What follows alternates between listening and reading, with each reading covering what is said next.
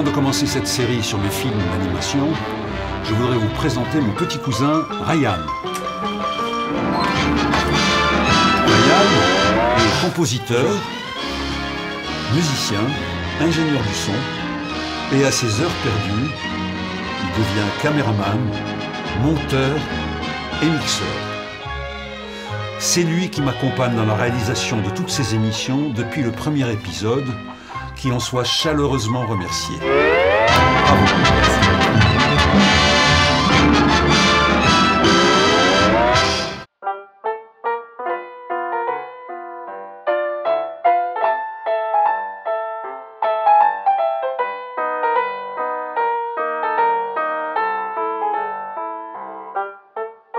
Quand j'étais très jeune, je n'ai jamais eu l'occasion de voir des dessins animés ou des films d'animation, ni au pensionnat, ni en été chez mes parents. C'est beaucoup plus tard, et grâce à l'intérêt de mon fils pour les dessins animés, que j'ai découvert les dessins animés et les films d'animation. J'avais déjà 40 ans passés. Je me délectais à regarder avec lui les Tom and Jerry, les Bugs Bunny, réalisés par les formidables Chuck Jones et Tex Avery.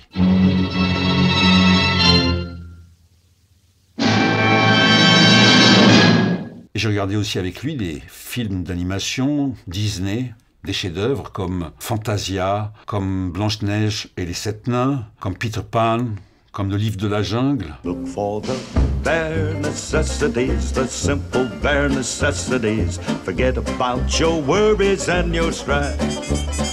C'était un ravissement sur tous les plans. Sur le plan de la réalisation, sur le plan musical, sur le plan narratif et sur le plan de l'émotion. Et je me demande comment j'ai pu passer à côté de tels chefs-d'œuvre. Souvent, à l'occasion d'interviews, je cite parmi mes compositeurs préférés Scott Bradley, Carl Stalling et Milt Franklin, des compositeurs qui ont écrit pour des dessins animés, avec une maestria, une précision et des orchestrations exubérantes comme des feux d'artifice. Dans le domaine de la musique à l'image, pour moi, ils restent inégalés. Ils ont même utilisé des séries de décaphoniques parfois, c'est pour dire. Dans les films dont je vais vous parler maintenant, il ne s'agit malheureusement pas d'orchestre, en raison de budgets qui sont très rikiki, mais de synthétiseurs. À l'époque, je me souviens, c'était DX7, D50, Canvas et mon Kurzweil 250. Comparé au luxe et à la qualité des samples d'aujourd'hui, ces sons semblent avoir un peu vieilli, mais comme les modes changent, ils sont de nos jours très recherchés parce qu'ils ont une sonorité originale hors du commun. Ils sont devenus vintage. D'abord Gandhar, en 1987. C'est un film et un scénario de René Laloux avec des dessins de Philippe Cazat. C'est l'histoire d'une planète, Gandhar, peuplée d'hommes et de femmes qui vivent très heureux. Mais ils sont attaqués par des hommes-machines, des robots, envoyés par un monstre vieillissant qui s'appelle le Métamorphe. Ce monstre a peur de mourir et pour rester en vie, il va puiser son énergie dans la planète Gandhar et son peuple, mais je vous rassure, il n'y parviendra pas. Notre méthode de travail était très simple. René me donnait le scénario à lire, puis me montrait un storyboard. Je commençais alors mon travail de composition pour trouver les thèmes principaux, les cellules mélodiques, puis à les harmoniser de plusieurs façons et à les varier. Tout cela, je notais sur mon cahier de musique, et ensuite nous nous retrouvions, René et moi, dans le studio de mon ami Georges Rodi. J'étais assis devant le clavier, René à ma droite et Georges devant sa console. On projetait les images et j'adaptais mes thèmes aux séquences du film en interprétant toutes les parties instrumentales. Je peux dire que souvent j'improvisais, puis je construisais, puis j'instrumentais. René avait une confiance totale en moi et ça me poussait à me dépasser. Nous avons travaillé ainsi pendant 4 semaines sur Gandhar et sur le court-métrage de René, Comment Wang Fo fut sauvé. J'espère que vous aurez l'occasion de regarder Gandhar, ce film culte magnifique. En attendant, j'ai sélectionné 3 extraits. D'abord l'ouverture qui expose les 2 thèmes principaux du film. On voit le monde heureux, sur un thème joué à la flûte.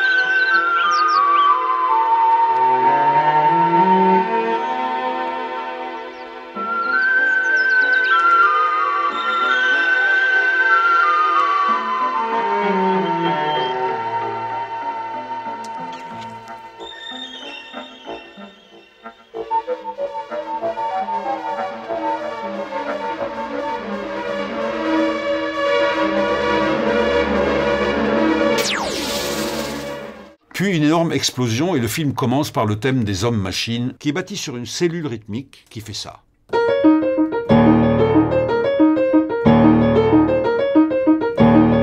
Etc. Et dessous, il y a le thème justement heureux qui est complètement déformé.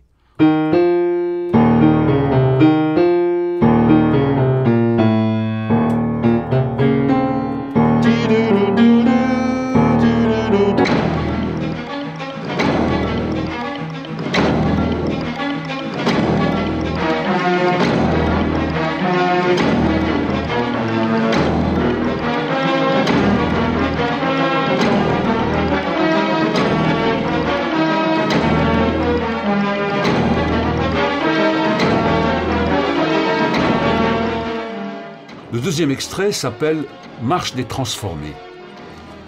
J'aimerais vous parler de la composition de cette marche et surtout de sa parenté avec le choral de Jean-Sébastien Bach pour orgue qui s'appelle « Wachet auf, ruft uns die Stimme ». Je ne sais pas si je le prononce bien, mais écoutons-le déjà.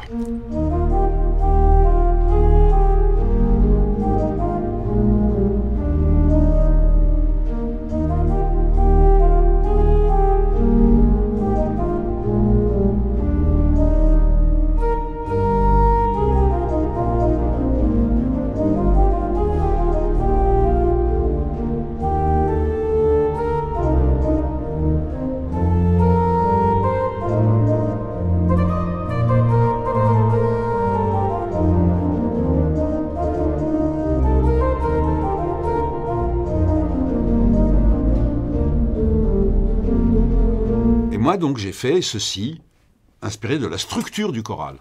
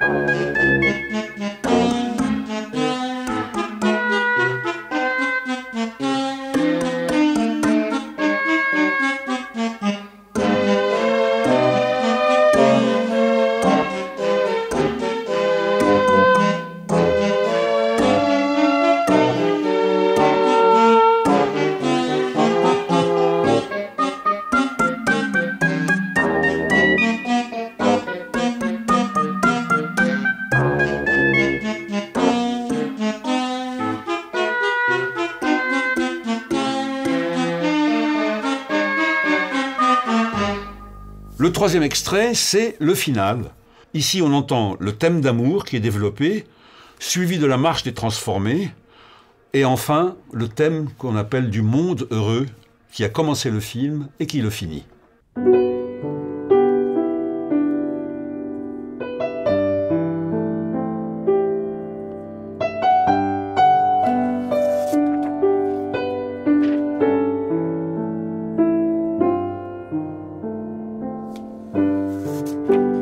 Voilà, il pleut sur moi.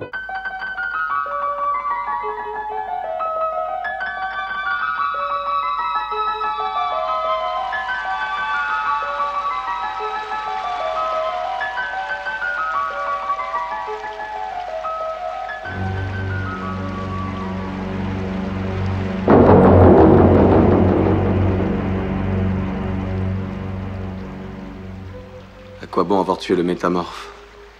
Gandhar est en ruine, Jasper décapité. Ses habitants sans doute pétrifiés, perdus quelque part dans le futur. On peut les retrouver. Les retrouver, mais quand? Dans 1000 ans? L'oiseau miroir.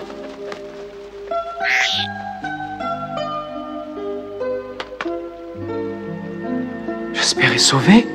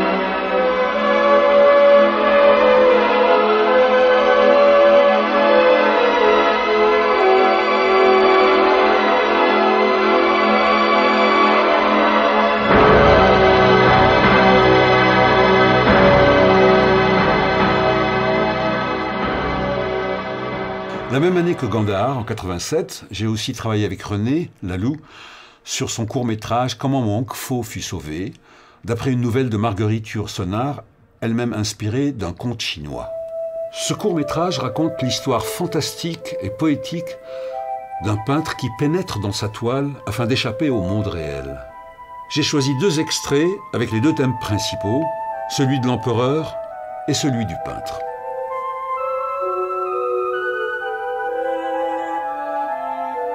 Pour le thème de l'empereur, je me suis beaucoup inspiré du Rossignol de Stravinsky. Voilà,